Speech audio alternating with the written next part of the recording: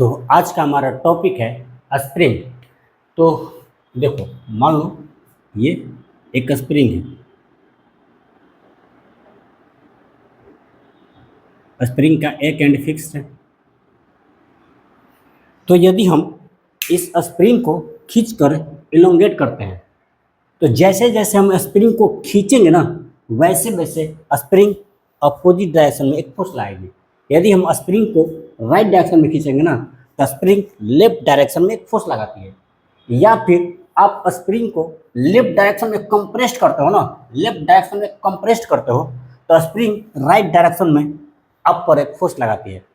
अच्छा, स्प्रिंग ऐसा क्यों करती है कि यदि हम स्प्रिंग को राइट डायरेक्शन में खींचते हैं तो स्प्रिंग लेफ्ट डायरेक्शन में फोर्स लगाती है, और यदि हम स्प्रिंग को लेफ्ट डायरेक्शन में कंप्रेस्ड करते हैं ना, तो स्प्रिंग राइट डायरेक्शन में फोर्स लगाती है। स्प्रिंग ऐसा क्यों करती है?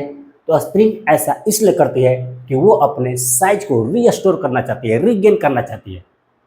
यदि यदि स्प्रिंग एल लेंथ का है तो एल लेंथ का ही रहना चाहती है। आप इसको बढ़ाएंगे ना, तो अब एक फोर्स लगाती है ताकि अपने साइज को रीगेन कर ले, अपने साइज को रीस्टोर कर ले, और इसकी लेंथ अगेन से एल हो जाए।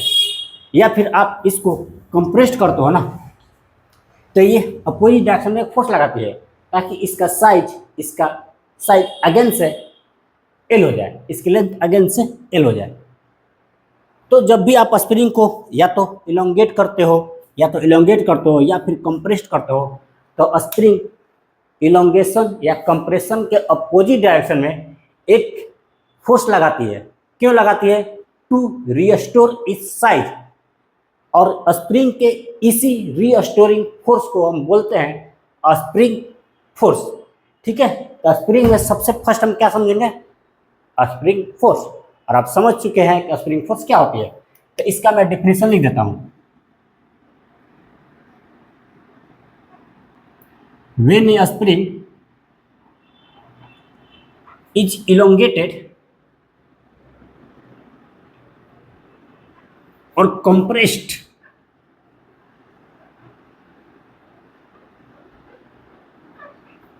to its original size,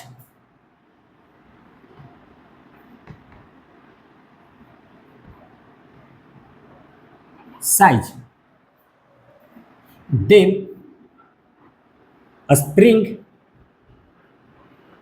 exerts a force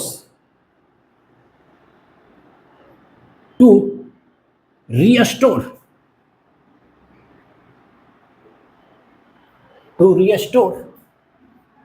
its original size। Okay, और आगे this restoring force of a spring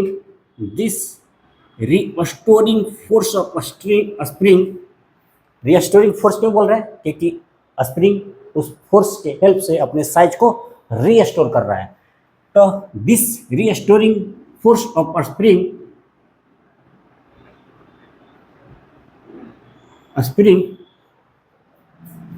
is called spring force.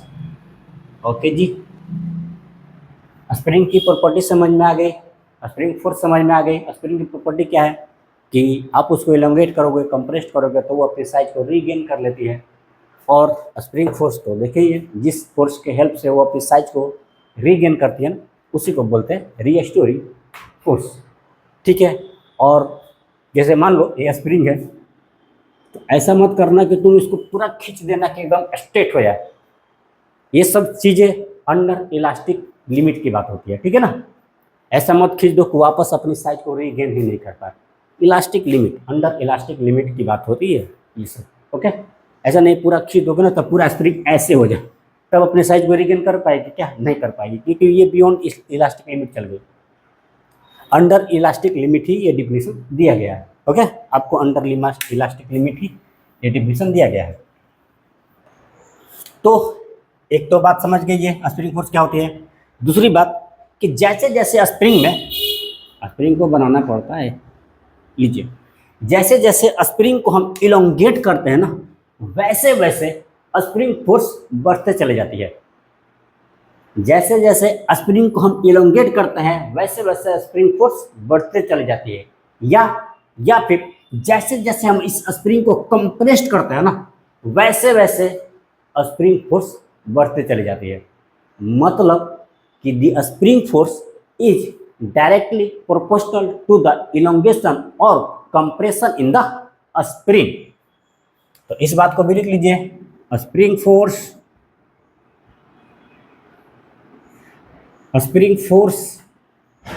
is directly proportional to the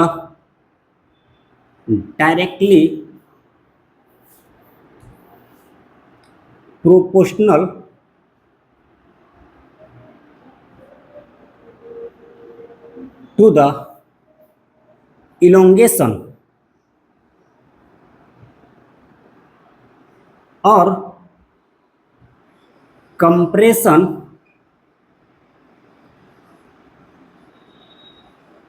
in the spring.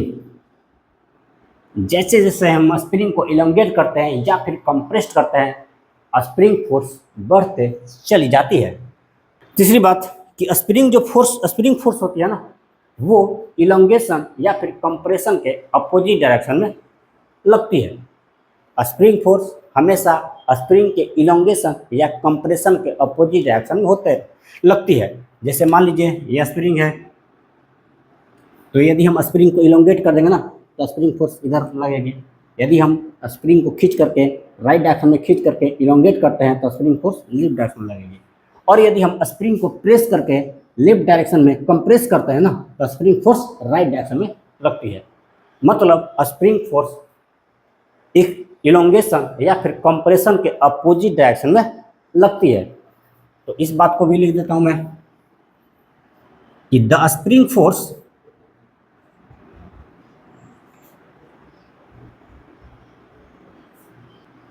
is always opposite to the direction of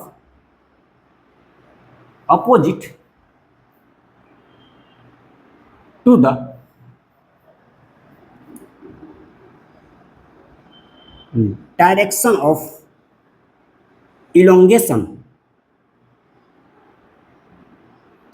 या फिर compression.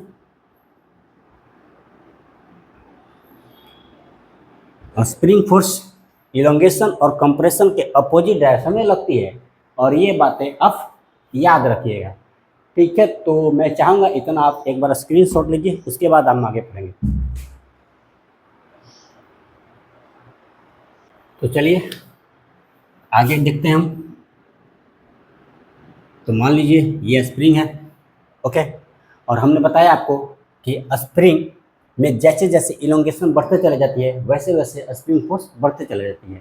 या फिर spring में जैसे जैसे compression बढ़ते चले जाती है वैसे वैसे स्प्रिंग फोर्स बढ़ते चली जाती है। मतलब मान लीजिए अब क्या करते हैं, इस स्प्रिंग को एक बार हम इलोंगेट कर देते हैं,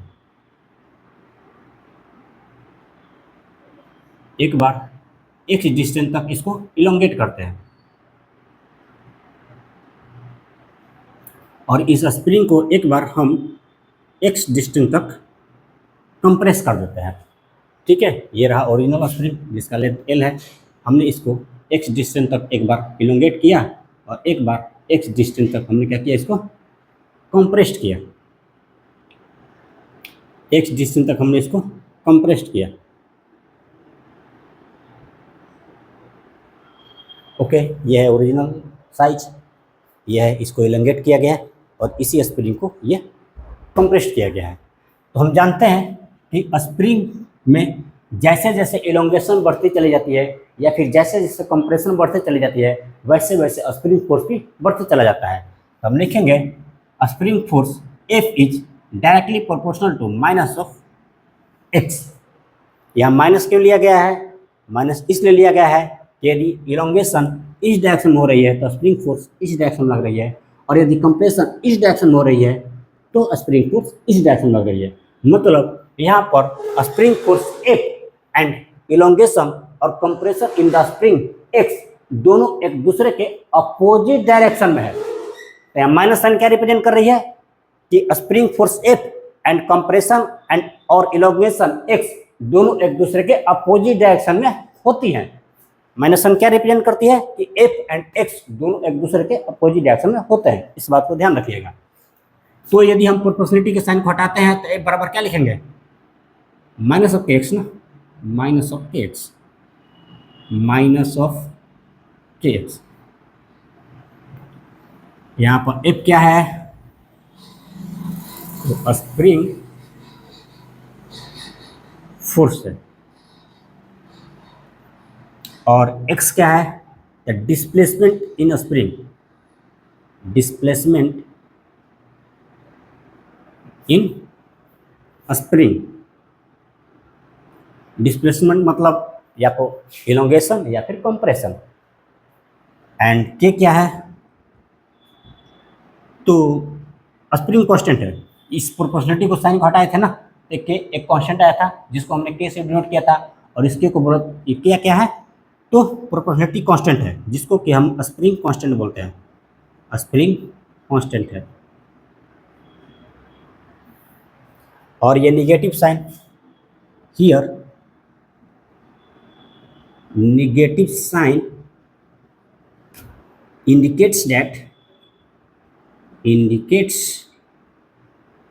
that a spring force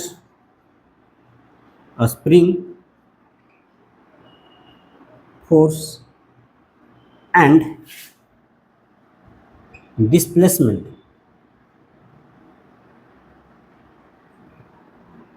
both are opposite in direction, opposite in direction, दोनों एक दूसरे के अपोजिट डायरेक्शन में होते हैं। कौन रिप्रेजेंट करता है, तो ये नेगेटिव साइन रिप्रेजेंट करते हैं। ठीक है, ये क्या हुआ, स्प्रिंग फोर्स हुआ। चलिए इतना स्क्रीनशॉट लीजिए, इतना नोट कीजिए, उसके बाद आगे देखेंगे। चलिए नेक्स्ट हमारा टॉपिक है work done by spring force. Spring force के द्वारा कितनी वर्क डन होती है। तो मान लो कोई स्प्रिंग है, यहाँ पर मैं बना दे रहा हूँ, ये कोई स्प्रिंग है और इसमें हमने इसको हमने x डिस्टेंस तक इलोंगेट कर दिया, x डिस्टेंस तक इलोंगेट कर दिया।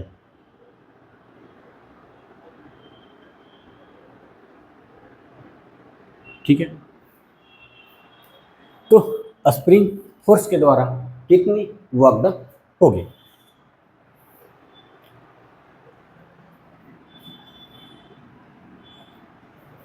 तो पहले तो मैं लिख लेता हूँ language, let a spring is elongated. देखो जो बातें इलोंगेशन के लिए होगी ना, वही बातें कंप्रेशन के लिए भी होगी ना। तो let a spring is elongated और कंप्रेस्ड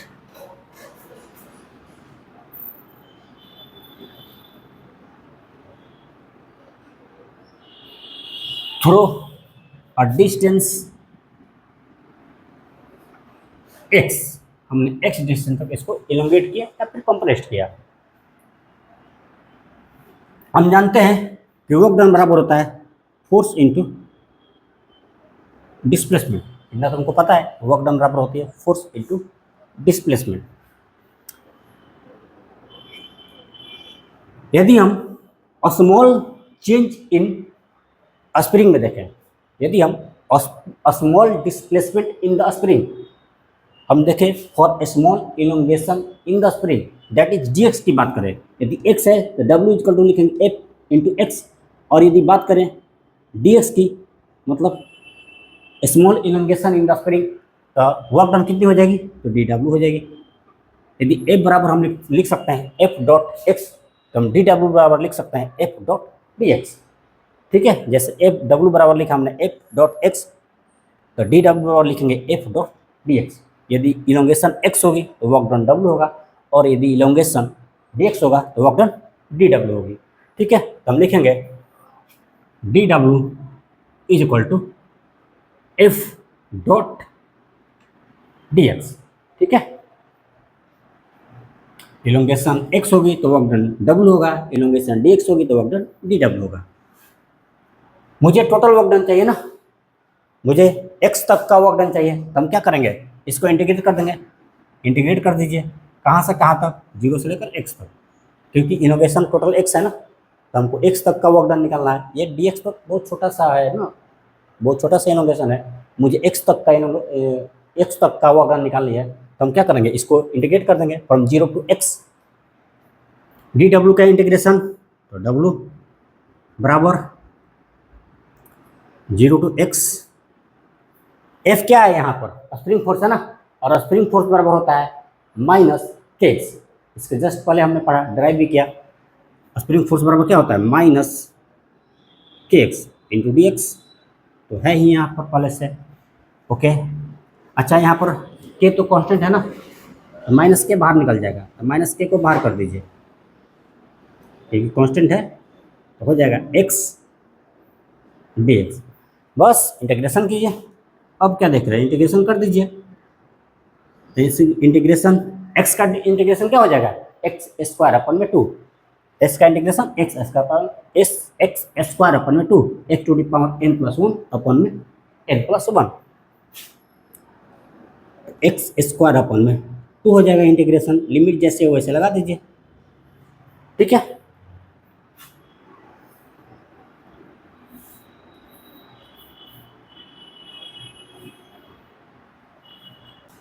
तो 2 तो बाहर निकल जाएगा ना, 1/2 जो है वो बाहर निकल जाएगा, तो लिखेंगे w is equal to minus k अपन में 2